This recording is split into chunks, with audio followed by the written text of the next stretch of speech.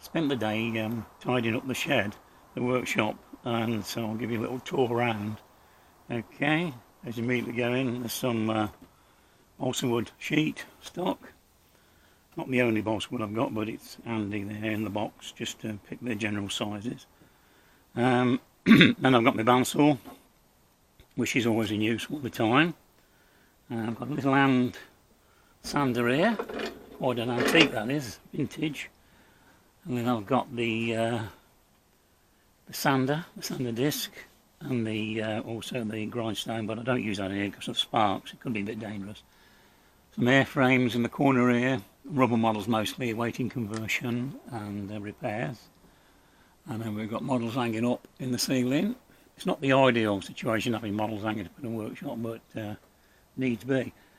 And then I've got my wonderful diamond industrial fret saw. This is a fret saw, industrial fret saw, which I restored, and that's a wonderful tool, wonderful piece of kit.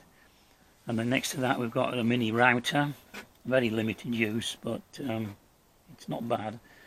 And then we've got the Dremel. This is one of two Dremels I've got. This was the first one ever in the country, which I did a review on, and it's handy for lightweight work, whereas this is more or less, it's got the throat for large plywood, etc. This is more for small work.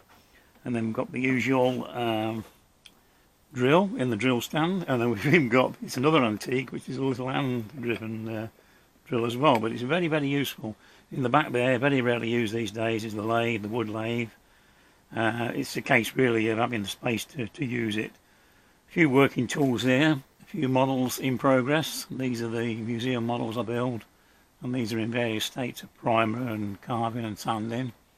And then we've got a B17 being converted for the radio control here. We've got two DH4s, got a couple of little lightweight flyers there, and we've got a North American Harvard here which is undergoing conversion from IC to radio.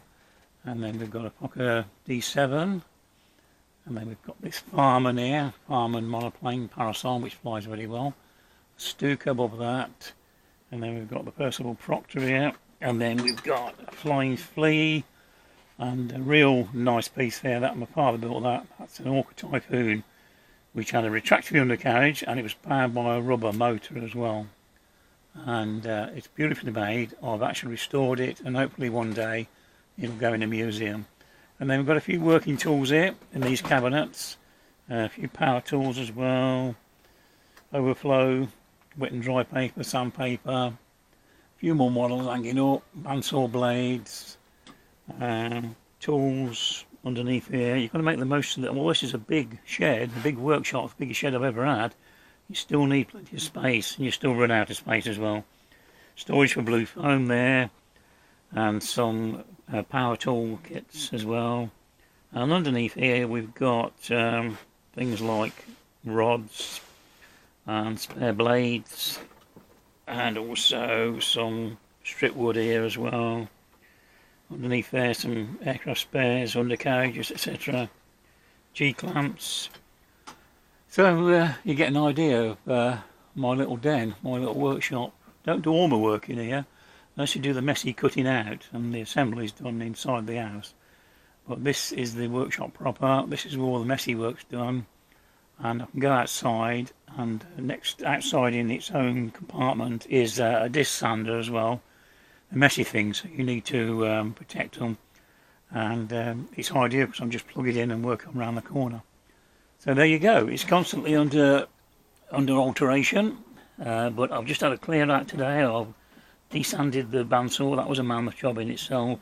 Sorted a bit of wood out, and generally it's all ready for the winter again. So that's my workshop. Thanks very much.